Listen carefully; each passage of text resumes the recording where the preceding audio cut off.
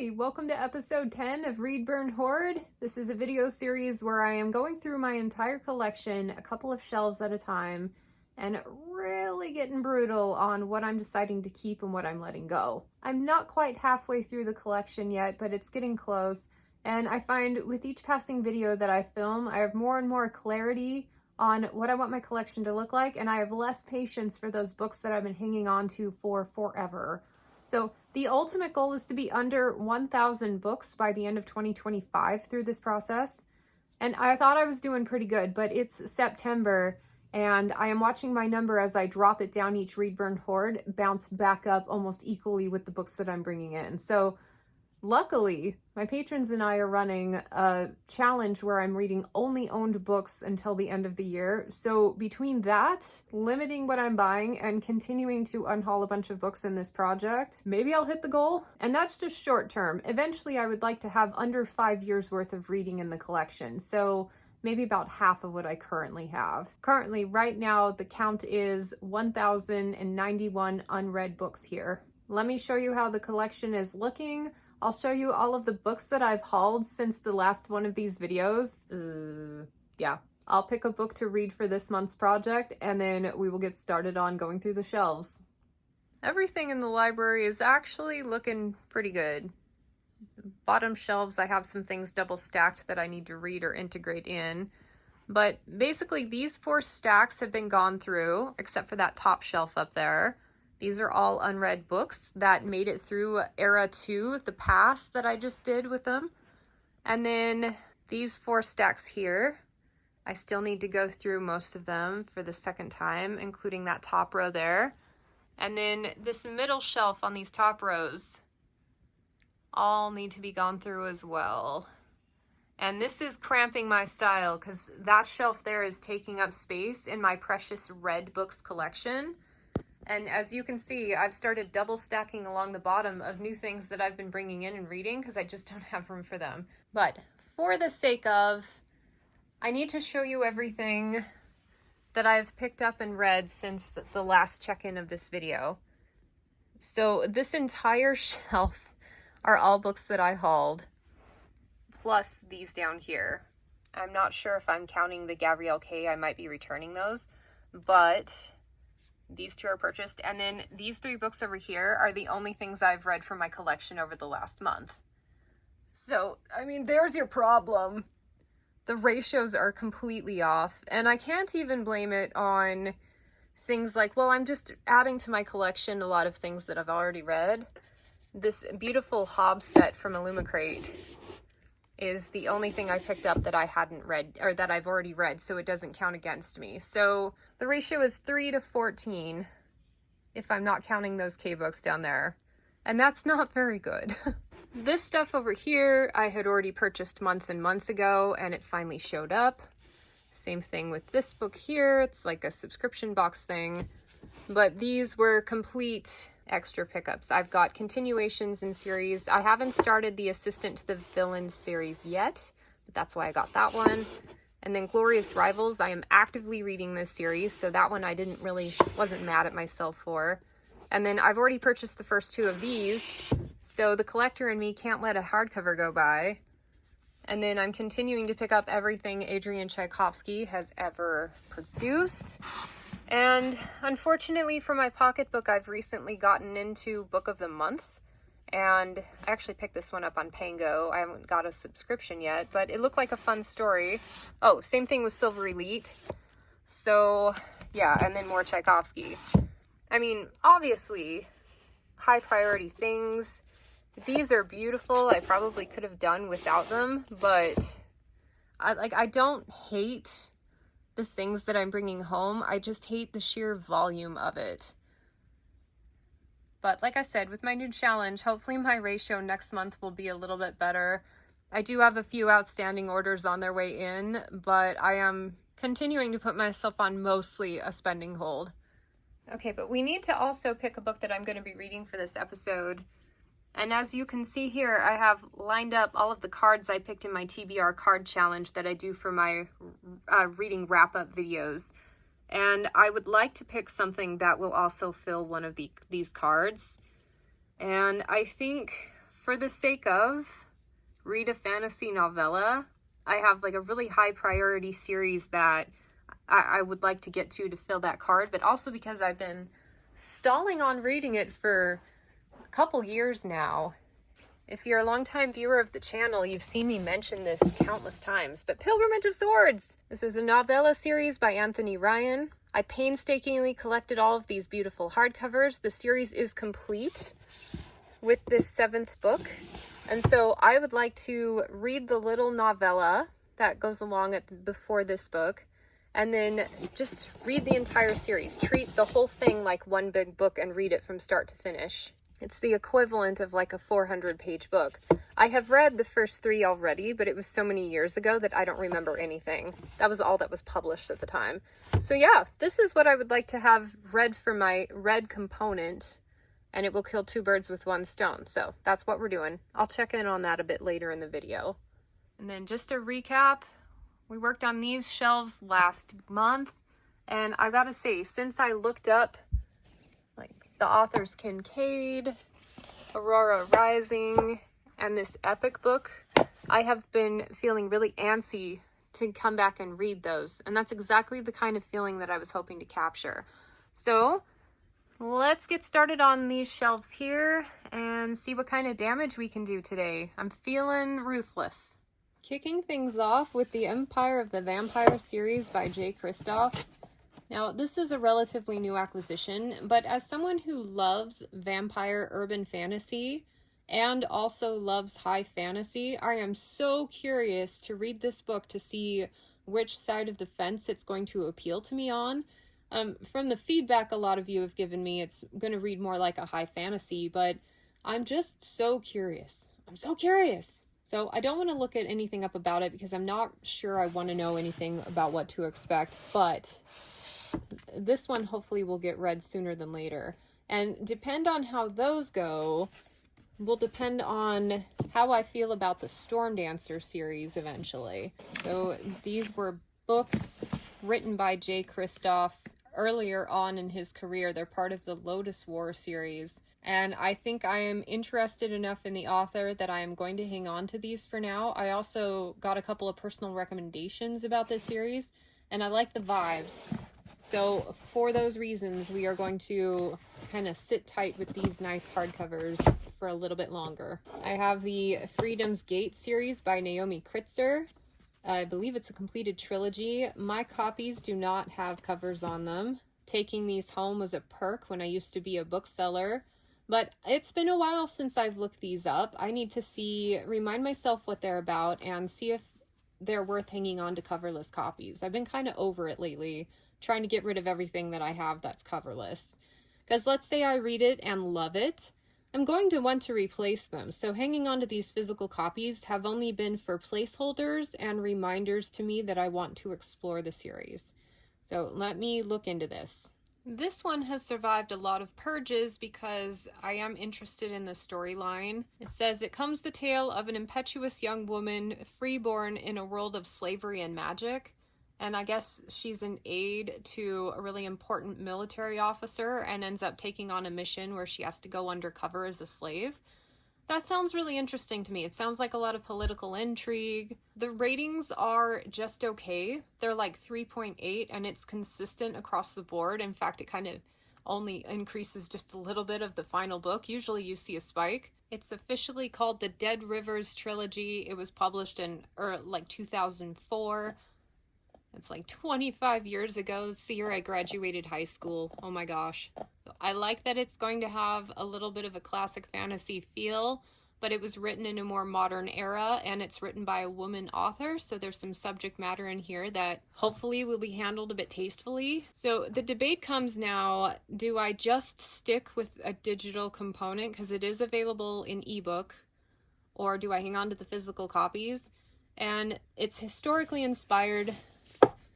I am quite interested in this one, so I think I'm going to hang on to those for now. There's some of the few without covers that I think I'm going to stick with, but I think it would be, starting the first chapter so would be a really good challenge to see if it's worth hanging on to these physical copies, which by the way, I will do probably in Era 3. I will starting new series like the first chapter or so to see if I like them. Swords of Riverside by Ellen Kushner. This is a 2-in-1 science fiction book club edition bind-up, and I really like hanging on to these bind-ups, but I honestly don't know anything about this book other than the cover vibes. Okay. 2 books in this. The first one's called Swords Point. The second one, The Privilege of Swords. It's from the world of Riverside, and I'm getting the strong impression that this is more a compilation of one-off stories than it is something that I would be reading like a continued series. It would appear that one of the strongest plot elements to this is dueling. The first book deals with a skilled duelist kind of on the cusp of villainy. The second one deals with a woman stepping into the role of being a duelist. And y'all know I'm a huge sucker for any kind of competition in books, so I find that incredibly appealing. I love arena stuff, and that is why I'm feeling inclined to hang on to this. The only reason I'm a little hesitant, even though I love this edition, is that the series breakdown on Goodreads is so odd that it says to me that there's not really a strong through line, and that could be me reading too much into it, but when I start a series, I really want to bask with it and know that it's going somewhere. And right now this is feeling a little haphazard. Because I have a nice hardcover, my first inclination is to give it the benefit of the doubt and at least try it, but kind of on the cusp. We have a coverless copy of Thomas the Rhyner by Ellen Kushner. Oh, same author. Well, there you go. Let me see if it's related. I'm not interested in this one at all. I don't know why I've hung on to it for so many years.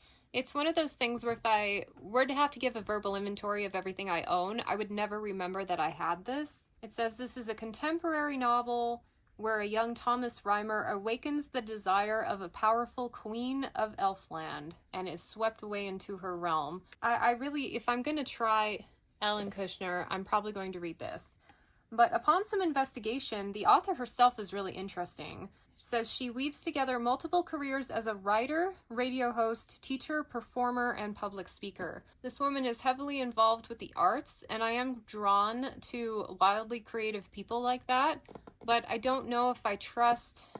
Sometimes people like that have too much creativity, and I don't vibe with their works necessarily, but in any case, we have our first official unhaul. I'm not even going to mark it as a possibility for Kindle. I figure if I like anything from here, I'll rediscover it eventually anyway.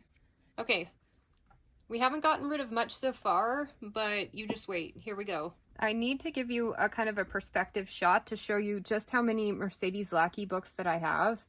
So I've got a whole bunch of hardcovers that I picked up on my used bookstore trek, and then I have mostly a bunch of coverless copies of trilogies that I plan to get to in the Valdemar series, but really can't see myself making time for anytime soon. So we're gonna go through this. And I am so torn on this because this is the Obsidian trilogy, The Outstretched Shadow. I have books 1 and 2. I tried reading this. I made it about 100 pages in on the audiobook about, I don't know, 10 years ago, and was just bored to tears. Like, it felt like there was no point to what I was reading. I'm sure it exists, and I'm sure if I gave it time, it would develop into something. And that kind of day in the life thing might actually be really good right now if I tried it again. But the thing is like these purchases, these hardcovers I have here, were not intentional purchases. I was used bookstore trekking. I found a whole bunch of them and just decided to buy them because they were in nice condition. But all I feel when I see these is pressure to read more Mercedes Lackey when I'm just not in the mood. So I think, even though they might be good, Mercedes Lackey, by the way, is so hit or miss for me. One of my all-time favorite series by her is Joust, Dragon Jousters. Love those. They are brilliant.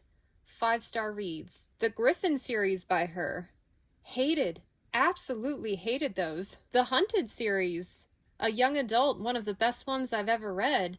There needs to be more books in the series, but I absolutely loved those. And then I've also read The Last Herald Mage, which was decent, like maybe a 3 or 4 star, and recently have read the first book in the Queen's Own, Arrows of the Queen, and liked it okay. I would definitely like to continue with this one. But I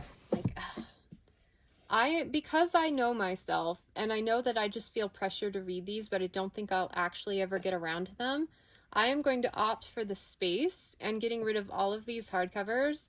And eventually, if I want to go back and read more Mercedes Lackey, I can do so digitally. They are abundant. So I'm going to be letting go these two hardcovers here. What I have of the Phoenix series, The Enduring Flame, which I've actually, oh crap, I have the whole thing of these. All right, I'm going to look those up. And then the Dragon Prophecy, I've got books 1 and 2. I'm going to look these up. Stay tuned. Okay, first impression is that it's going to be one of those fun cast of characters going on a grand adventure type of stories. And I actually think I might enjoy it. Though maybe my compromise will be I'll hang on to this set because I've already tried Outstretched Shadow and know I don't like it. Now, let me see where this one plays into things. Despite the covers, it's saying this has something to do with someone bonding a dragon for the first time, so maybe it reads like a prequel. The excerpt on Goodreads made it a priority to state that you don't have to have read any other books by these authors to enjoy this new trilogy. And the most compelling thing to me is that the newest one that's coming out, like, this is an unfinished series and there's a new one on the horizon within the next year or so. So I'm gonna hang on to those ones for now, especially since they're in pretty new condition. I thought I was going to get rid of all of these. I've been staring at these shelves for a while, but that just goes to show you gotta look everything up. At least I do. I can't just go off of gut feeling right now. What I do know is that I've got a set of a whole bunch of other mass market paperbacks. Burning Water, this is an urban fantasy. I'm going to digitalize, put this on a wish list for a Kindle read, and get rid of the physical copy.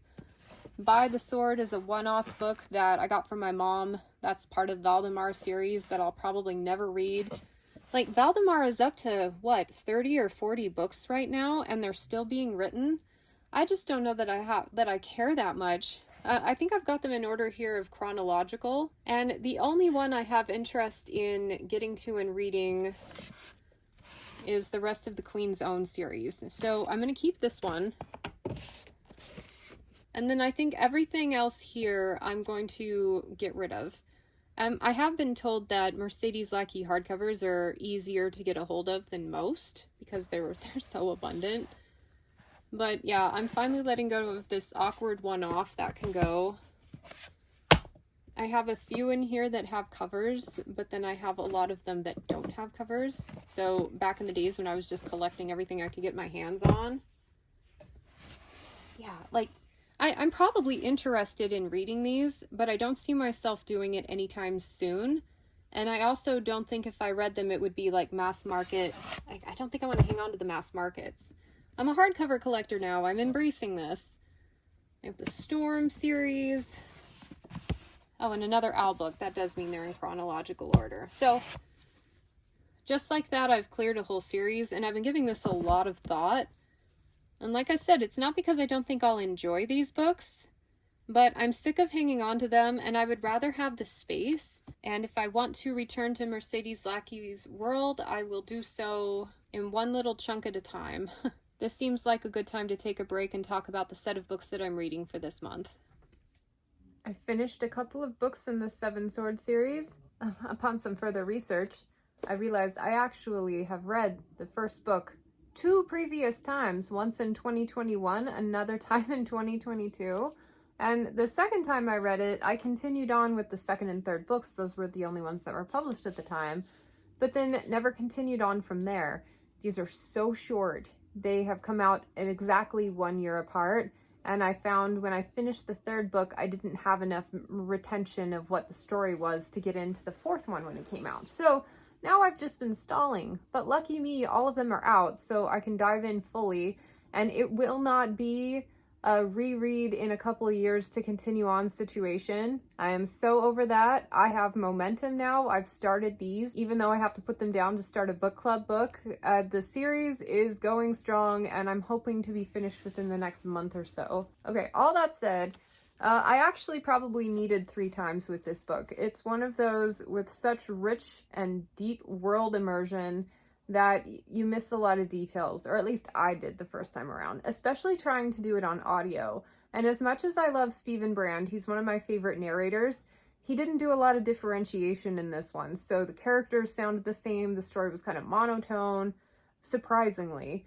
And okay, so the second time I read it, I remember being in trouble because I didn't remember any of the characters. They're introduced as kind of enigmas at the beginning of the book, and then they don't get names until the second chapter.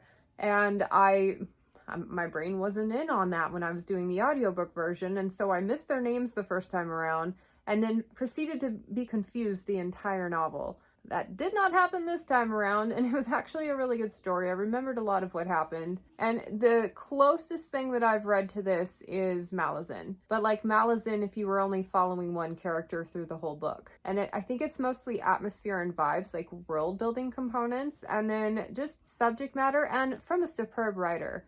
Anthony Ryan is one of my all-time favorites. I love Draconius Memoria. It's my favorite thing to recommend. I need to do an entire video on why you should read it because I'm trying to push it. But then Bloodsong, and in fact that entire trilogy really meant something to me as well. I love it. So I've been focusing a lot on newer authors to me like Tchaikovsky and K.J. Parker, but I realized I've let a backlog of unread Anthony Ryan books happen, and that's just not okay with me. So I'll be reading more of him in the future. But I gave myself an entire week to see how far I could make myself in the novellas, and I probably could have read another one like Squeezed, Squished, but decided not to rush things and to make myself late for my next read. So I got 2 done in 1 week, and I really enjoyed this story. I think it's highly recommendable.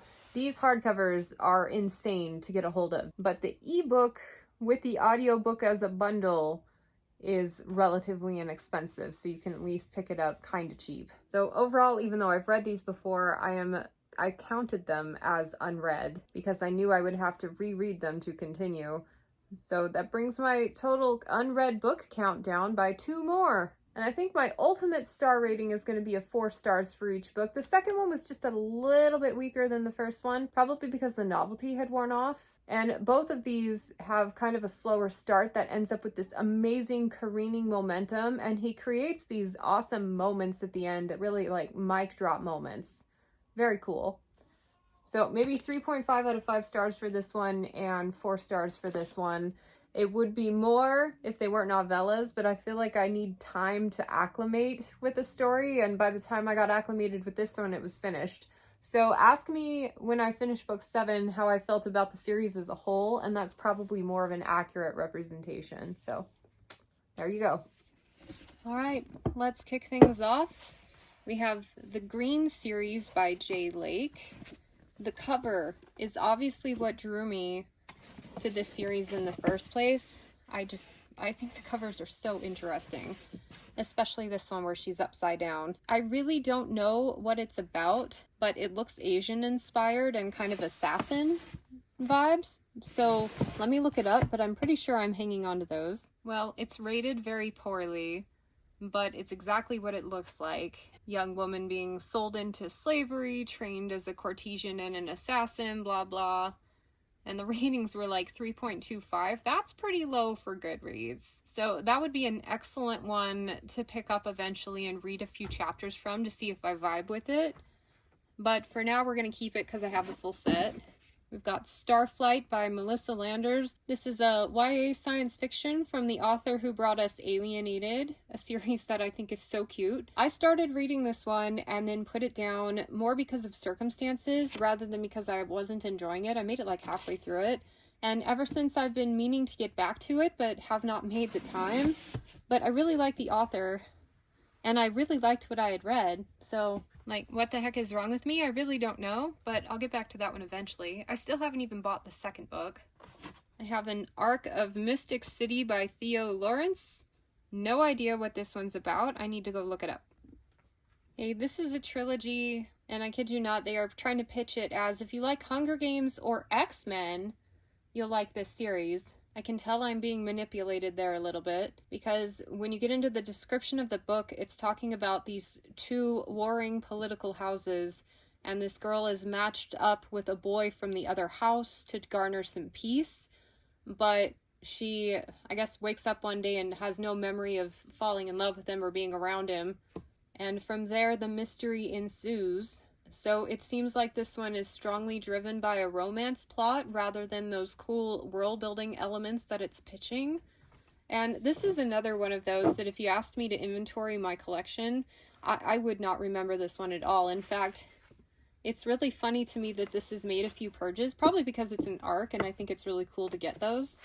But this is a 2012 ARC and I've not ever touched it since, so I think we're good to let this one go. I have a couple of signed copies of The Aether Chronicles by Suzanne Lazier. And this author came to the bookstore that I worked at, I think, but I wasn't there on that day. I like clockwork stuff, kinda, and like steampunk elements, but I don't know anything about this series. I kind of need to look it up. This one looks okay. It appears to be a completed trilogy. The subject matter doesn't scream to me too much. I guess she's sent to an abusive reform school, but then someone from another realm shows up and pulls her through, and she's somehow tied to the fate of that world. So a chosen one circumstance, if you will.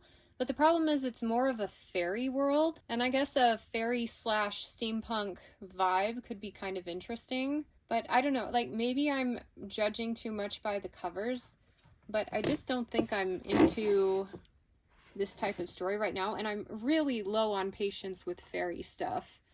So evaluating it, they might be good stories, but from a standpoint of will I ever get around to them? Probably not, especially considering how many books I've already kept on this shelf so far. This would be absolutely very low as priority, so I think I'm ready to let them go. The Time Quartet by Madeleine L'Engle. This is where A Wrinkle in Time came from. These are like classic kids sci-fi fantasy stuff. And I actually had a teacher read to me A Wrinkle in Time in grade school, and I can't tell you that I remember a single thing about it other than that it was a little weird. So the collector in me and the science fiction fantasy lover says I should be hanging on to this because it marks a point in literature history in a genre that I love, and it's beloved by so many people. Not to mention, I have a cool science fiction book club edition bind-up. So it says I should hang on to this, and maybe I can read it to my kids one day. But the thing is like, I've got so many books I want to read to my kids, and I have never once come back to this book. And so I feel like I should hang on to it, but I honestly do not feel like I give a shit. It's blasphemous, I know. But you know how some kids' books are so sacred to those who grew up with them, but they're meaningless to others? Like, this is one of those where I am not the person who fell in love with these. Like, my love was with Animorphs and Redwall and all sorts of other things. So I actually thought I was going to keep this one, but I think I've talked myself into letting it go. Like, get those obligation reads off of your shelves. I might save this one at a later date, but for now I think I'm going to let it go. We have the Broken Binding edition of The Left Hand of Darkness. This was in their science fiction subscription box, and I've heard it's good. If I try another Le Guin book, it would probably be this one first. But I have not had a good experience with this author so far, and I really don't like the circular writing style. But I'm committed to trying the things that Broken Binding is producing because they produce them for a reason. I've also heard recently that if you're new to science fiction, which I'm not, but it's kind of like a staple, like a good starting place. So I'll give it a go.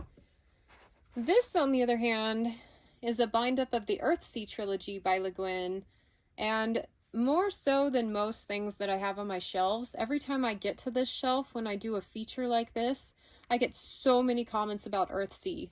Like, you guys love Earthsea, and you're constantly convincing me that I need to give this author another try, even though I hated her Gifts book. So I will hang on to that for now, and maybe for a challenge, I'll give her another go, but I'm doing it begrudgingly, okay?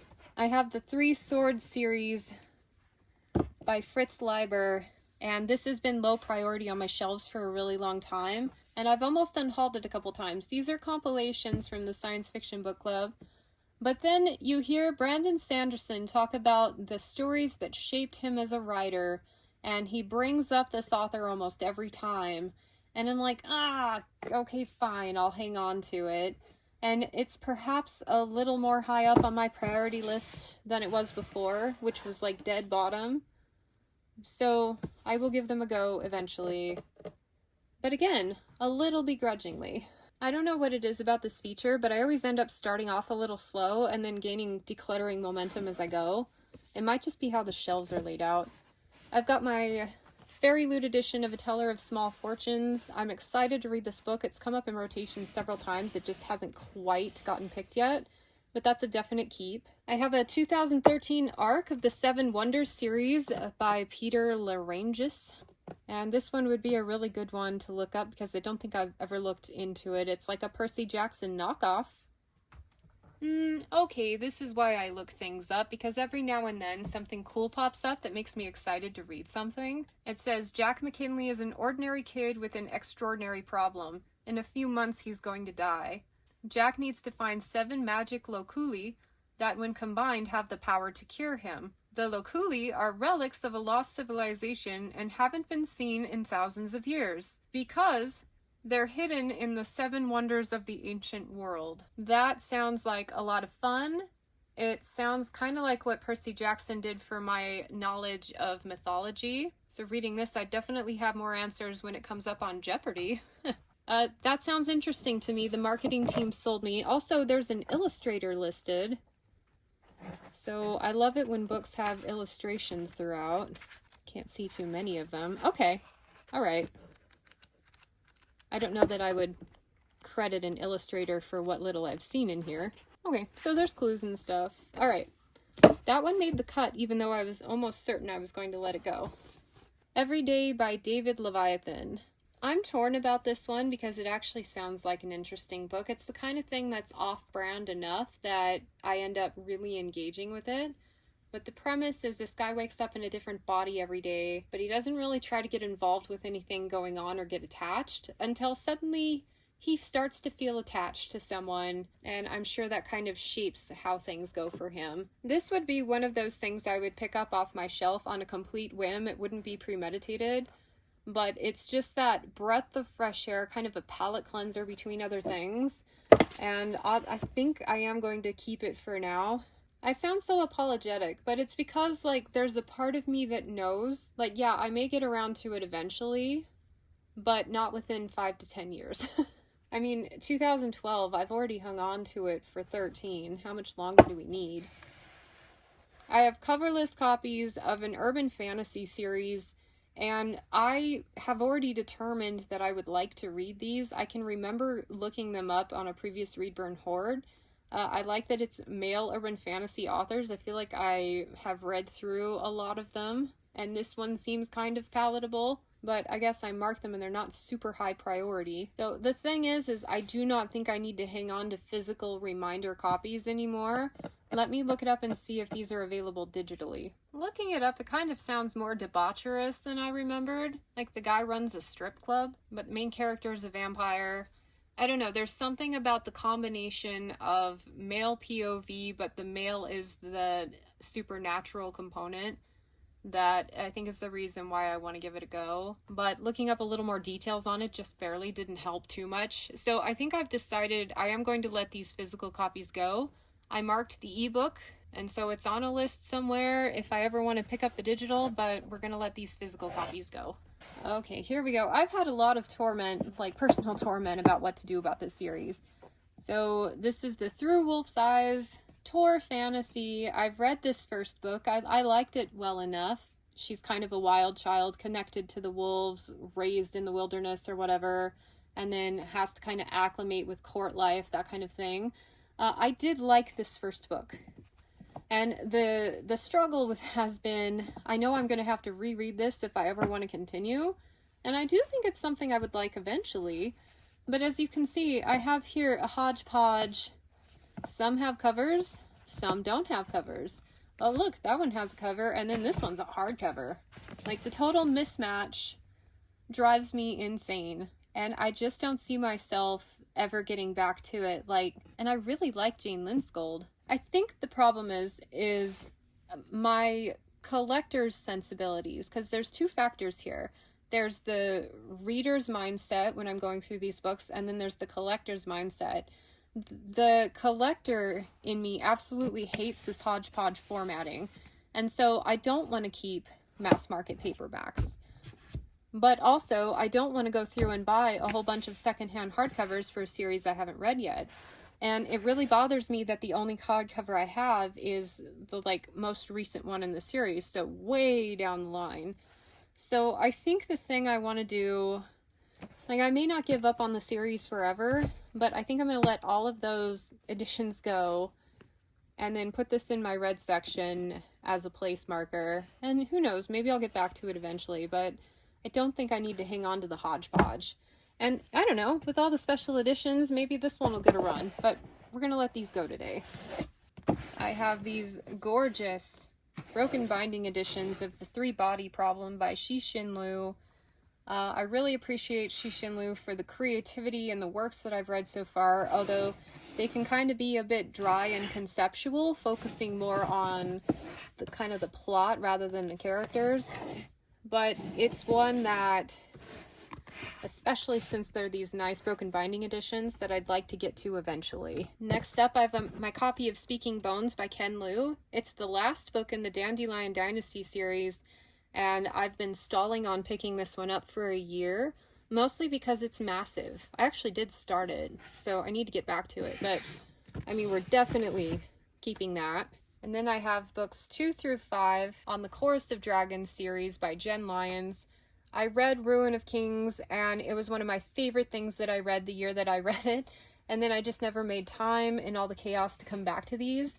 These are a definite keep. In fact, holding them out here means, I really need to prioritize these because, oh my gosh, I'm going to have to reread the first one. It was complex enough that it needed a reread. But for now, I'm going to put these on the shelf below. Anyway, this is a pretty good looking keep pile. Truthfully, I'm a little torn about most of the things on these shelves over here, but time will tell. I mean, I'm going to need something to let go when we do era 3 of this. But this shelf here I'm really happy with. I think with the exception of this bundle right here, picking up anything on this shelf would be something I would enjoy doing. So these are all the keeps. And this pile right here is everything we're letting go today. That's quite the stack. This is 29 books leaving my collection. And I'm so sick of looking at most of them that I really don't think I'm going to have any trouble letting these go. That is a ton of books gone today. And what that does for me over here is it frees up a crap ton of space.